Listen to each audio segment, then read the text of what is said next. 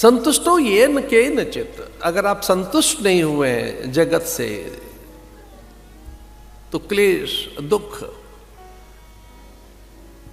बने रहेंगे, अशांति बनी रहेगी। संतुष्टो ये न के न चित, और मन कभी संतुष्ट नहीं हुआ, कभी तृप्त नहीं हुआ,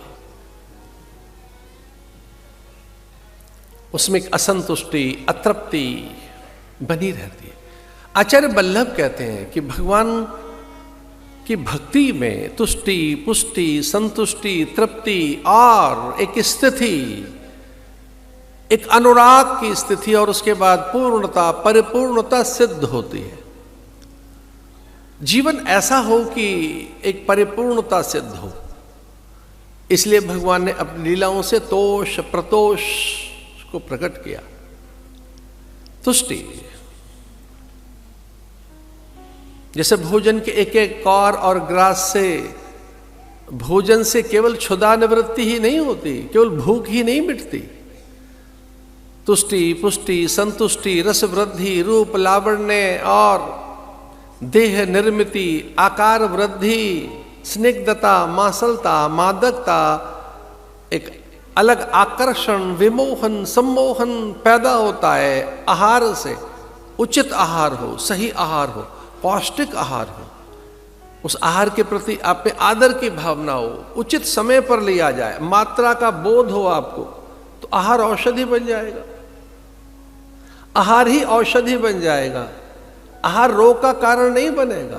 तो कब कितना कैसे आहार लेना है, आहार में जल कितना लेना है, उसकी मात्रा कितनी हो, आहार भी हो तो स्निग्ध हो, सरस्य हो, रसपूर्ण हो, आहार में रस कितना हो, जल कितना हो, दूध की मात्रा, फल शाक की मात्रा कितनी हो, उस अन्न की प्रकृति में उससे आंच तपिश कितनी मिले, वो चबाने योग्य है, पीने योग्य है, चाटने योग्य है, या ऐसे ही वो कौर कौर ग्रास ग्रास कर कर उसे संपूर्ण लास्य विधि से ग्रहण किया जाएगा, जैसे अवलेह कहते हैं। वैसी भक्ति, वैसे साधन, अनेक प्रकार के साधन ऐसे हैं जो हमें संतुष्ट करते हैं, सहज कर देते हैं। केवल आध्यात्मिक गलियारे में ही आपको संतुष्टि मिलेगी, यही सुबलता अनुभव होगी, यही बल अनुभव करोगे, यहीं से जय अनुभूत होगी। जब तक इंद्रियों को नहीं जीत लोगे, विजयी नहीं माने जाओगे। कोई भी पराजित कर देगा, कोई भी आपको जीत लेगा, कभी भी। और अगर आपने अपनी इंद्रियां जीत ली तो कोई परास्त नहीं कर सकता, कभी भी।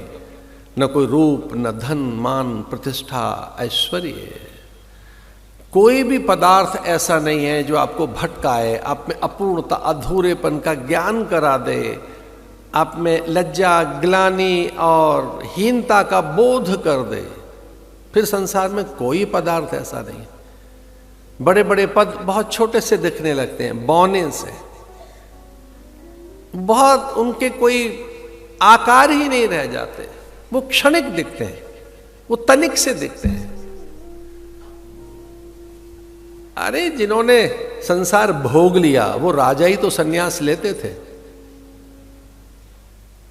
सन्यास केवल भिक्षावृत्ति नहीं है, दैन्य नहीं है, हीनता अल्पता नहीं है, न पलायन है, न नैराश्य है, न यूं ही अज्ञानता में अपनों से मुंह फेर लेना है, यूं ही गेरुआ लपेट लेना है।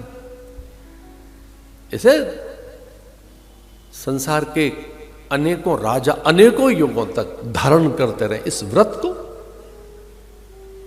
अनेकों, एक नहीं अनेक आश्रमी व्यवस्थाओं का किंचित ज्ञान तो करके देखें आप, कि वे वानप्रस्थ लेते और फिर एक काल में सन्यास।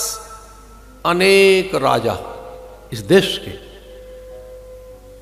न केवल वर्धमान, न केवल बुद्ध, करोड़ों बुद्ध हुए हैं, बुद्ध पुरुष करोड़ों, एक नहीं, अनेक राजाओं ने भोग के शिखर को छूकर उसे अमान्य कर दिया।